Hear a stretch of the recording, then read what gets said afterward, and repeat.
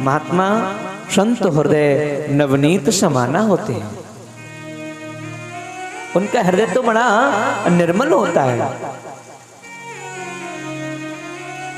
आत्मदेव पंडित जी से पूछा, कहो क्या बात है, क्यों रो रहे हो, तुम्हारे रुदन का कारण क्या है? कथम रोदश विप्रत्वम काते चिंता बलियसी वदत्वम सतवरम मह्यम स्वस्य दुःखस्य कारणम। हे विप्र, तुम क्यों रो रहे हो? तुमको कौन सी चिंताएं खाए जा रही हैं? वदत्वम सतवरम मह्यम, अपना संपूर्ण दुख मुझे बताओ, मैं तुम्हारे कष्ट की निवृत्ति करूंगा। महाराज बताया, मेरे कर्म ही हैं जो मुझे रुला रहे हैं। क्यों? क्योंकि मेरे घर में संतान नहीं है, इसलिए मेरे पितर मुझसे तृप्त नहीं है। तुलसी का विरवा सूख जाता है, गाय मेरी बांझ है, मैं करूं तो करूं क्या?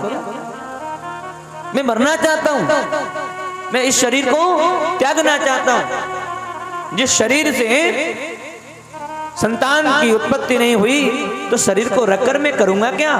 मुझे नहीं रखना इस शरीर। अरे महाराज क्या हो गया? क्या आवश्यक है पुत्र की प्राप्ति? क्या आवश्यक है संतान? ज्ञानी हो, विद्वान लगते हो, लेकिन वार्ताएं तो मूर्खों की तरह करते हो। इतना बड़ा विद्वान होकर के कर्मकांडी निष्णात विद्वान ब्राह्मण है और हर बोल रहा है, मरने की बात कर रहा है, एक पुत्र के लिए, एक संतान के लिए। ये मालूम है आपको जीवन कितना श्रेष्ठ है, जीवन क्यों दिया गया? अरे भगवत भजन के लिए जीवन मिला है। सुधार लो अपने आगे के जन्म, नहीं तो महाराज पुनरपि जननम पुनरपि मरणम पुनरपि जननी जठरे शयनम में करते ही रहोगे, पड़े ही रहोगे। अवसर मिला है, भज लो उस ब्रह्म को, भज लो उस भगवान को, भज लो उस माधव को, जिससे आगे की आपके जन्म सुधर जाएं, आवागमन से मुक्त हो जाओ। आपको पुत्र नहीं मिला, संतान नहीं मिली, तो भगवान की विशेष कृपा समझो मेरे प्यारे। वो दिशा देना चाह रहे हैं, वो आपको कुछ सिखाना चाह रहे हैं, वो कुछ बतलाना चाहते हैं। ये आपका व्यर्थ का ज्ञान है। मुंचा ज्ञानम प्रजारूपम बलिष्ठा कर्मणो गति। कर्मों की गति बड़ी न्यारी है महाराज आत्मदेव। और विवेकम तु समासाद्य त्यज संसार वासनाम। संसार की वासनाओं को त्यागो और अपने विवेक से काम लो। आत्मदेव ने कहा, महाराज तुम तो साधु हो, साधु क्या समझे संतान का सुख क्या होता है। एक गृहस्थी से जाकर के पूछो कि संतान का सुख क्या होता है। महात्मा ने कहा कि क्या हम इसीलिए संतान का सुख प्राप्त करते हैं, संतान उत्पन्न करना चाहते हैं कि केवल और केवल अंतिम समय में वो मुझको ले जाकर के शमशान में हमारी चिता को आग लगा दे, एक लोटा घी हमारी खोपड़ी पे लौटे? क्या इसीलिए,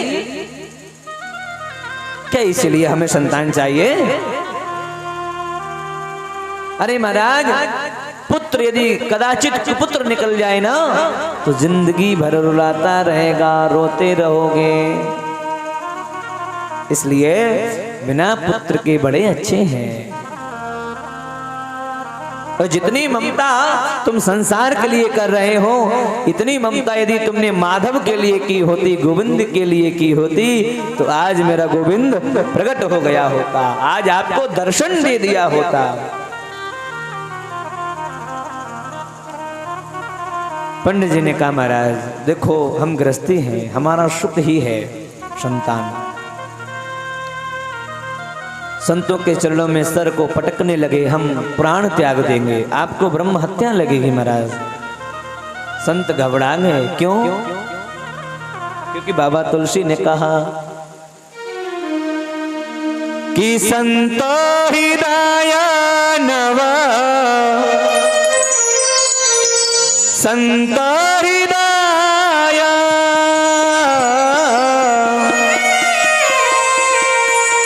कि संतो हृदय नवा नीत समान, कहा कभी न पर कहा न जाना, कहा कभी न पर। संत हृदय नवा, संत हृदय नवा,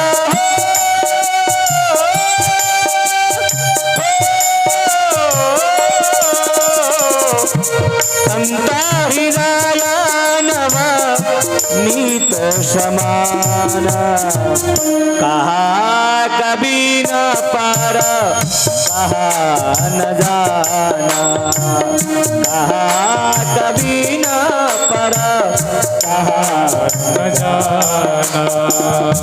परहित सरेसा धर्म नहीं भाई, परहित सरेस धर्म नहीं भाई, परहित सरेस धर्म नहीं भाई, परहित सरेस धर्म नहीं भाई।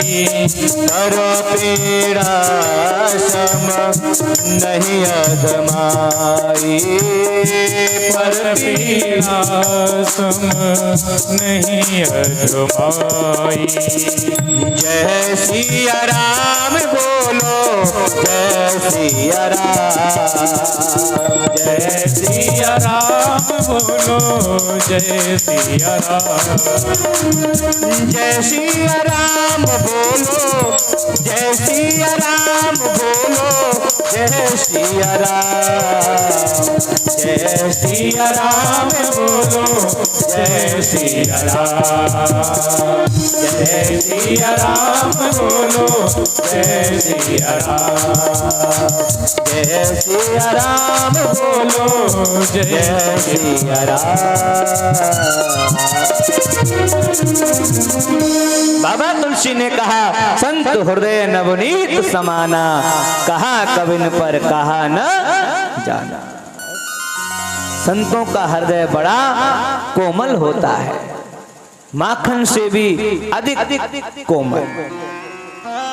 माखन तो अग्नि पर रखने से द्रवीभूत होता है, लेकिन संतों का हृदय तो दूसरे के दुख को देख कर के द्रवीभूत होता है।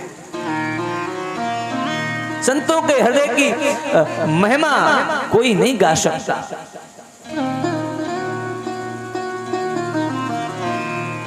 द्रवीभूत हो गए महाराज महात्मा, झोली से फल निकाल के दिया, लो जाओ अपनी पत्नी को खिलाना, पुत्र होगा। बता दिया महाराज, नियम बता दिए। प्रातः काल भोर में 4 बजे जगना, भगवान नारायण का स्तवन करना, सत्य बोलना, एक समय भोजन करना, ये नियम है। भगवत कृपा से सुंदर बालक जन्मेगा, ऐसा कहा। आत्मदेव पंडित जी प्रसन्न हो गए, घर आए और घर में महाराज उस फल को अपनी पत्नी को दिया। पत्नी ने वो फल खाया नहीं, क्योंकि महाराज आपके भाग्य में जो नहीं है आप उसे खरीद नहीं सकते, आप उसे ला नहीं सकते। कर्म की रेख कुरंग चढ़े, कर्म की रेख यदि आपके नहीं है तो आप उसे अपने आप से बना नहीं सकते। संत ने आत्मदेव पंडित जी के मस्तिष्क की रेखाएं पढ़ ली, और पंडित जी से कहा, हे पंडित जी, आपको एक जन्म नहीं, आपको 7 जन्मों तक पुत्र की प्राप्ति नहीं है। सप्त जन्मा नैवच नैवच पुत्रो नैवच। 7 जन्मा बधितव पुत्रो नैवच नैवच। 7 जन्मों तक आपको पुत्र नहीं मिल सकता। ये आपकी मस्तिष्क की रेखाएं बता रही हैं। पर आत्मदेव ने जिद करी महाराज कि मस्तिष्क की रेखाओं को यदि कोई काट सकता है वो आप हो।